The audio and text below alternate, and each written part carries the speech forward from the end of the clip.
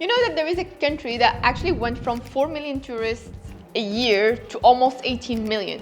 Can you guess which country is? That country is actually Morocco, my country. And today I want to walk you through 4 lessons that Pakistan can learn from the Moroccan tourism development experience. Because I don't just believe Pakistan can do the same, I believe Pakistan can do much more. But before I get into it, if this kind of content adds some value to you, please subscribe, share this video with someone in your network who needs to hear it, and maybe hit that like button. It genuinely helps us reach more people and keep creating. And now let's get into it. The first lesson I'll say, you need a long-term vision, not a 2 or 4 year plan. So the first thing Morocco did right was to commit a 20-year direction. Vision 2010, then Vision 2020, now a new strategy running through 2026. So, and each one building on the last. Same direction, different targets. Pakistan has everything Morocco had, if not more. Mountains, desert, ancient cities, incredible culture, coastlines. But tourism here never gets treated as a national priority across governments. Every new administration resets, and tourism doesn't work like that. You don't build a destination in 4 years. The countries that win at tourism made a 20-year bet and didn't walk away from it, and that's the first lesson. The second one is build the infrastructure before you invite the tourists. Moroccan didn't wait for demand to show up, it built first.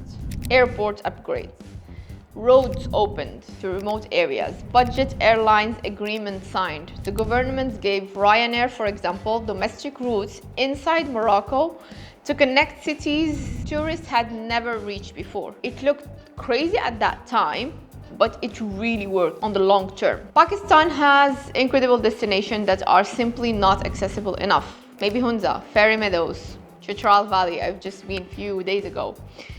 Stunning places, people know about them, but getting there is still an adventure in logistics.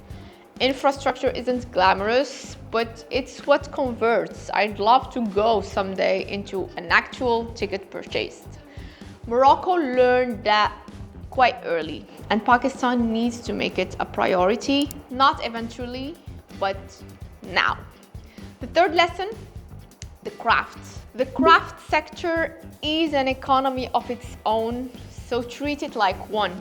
In Morocco, around 2 million people in the traditional craft sector: zellige, tilework, leather tanning, Berber rugs, copper and brasswork.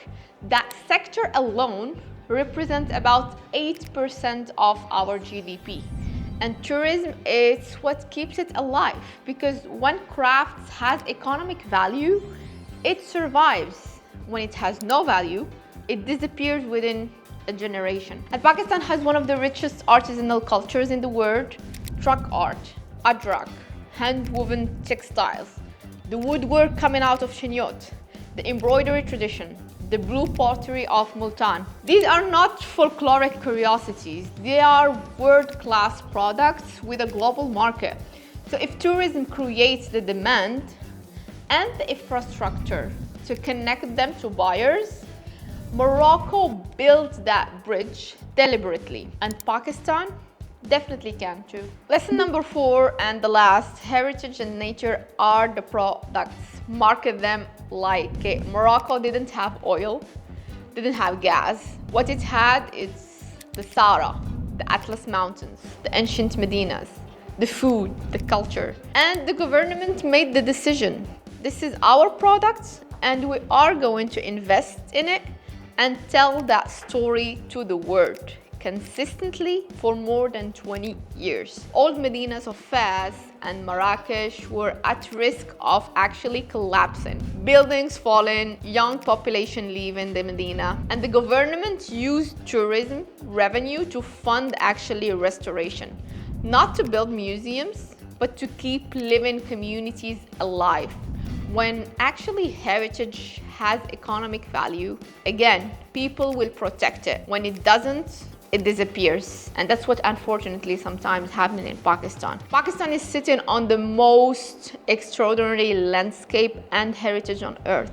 6 of the world's highest peaks, Mohenjo-daro next to Karachi, the old city of Lahore, Baltic Fort, the Silk Road. There are not obstacles to development. They are the development. So Morocco understood that about itself. Pakistan needs to understand it and also implement it. So Morocco didn't get there because we had advantages Pakistan doesn't. We got here because of 20 years. There was a consistent belief that tourism was worth building and a willingness to invest in it like it actually mattered. Pakistan has the raw material, honestly, more of it than Morocco ever had. What it needs is the long-term commitment and the belief that this is worth fighting for. So tell me in the comment which place in Pakistan do you think is the most underrated destination? The one that if the world actually knew about it, people would be maybe lining up to come. And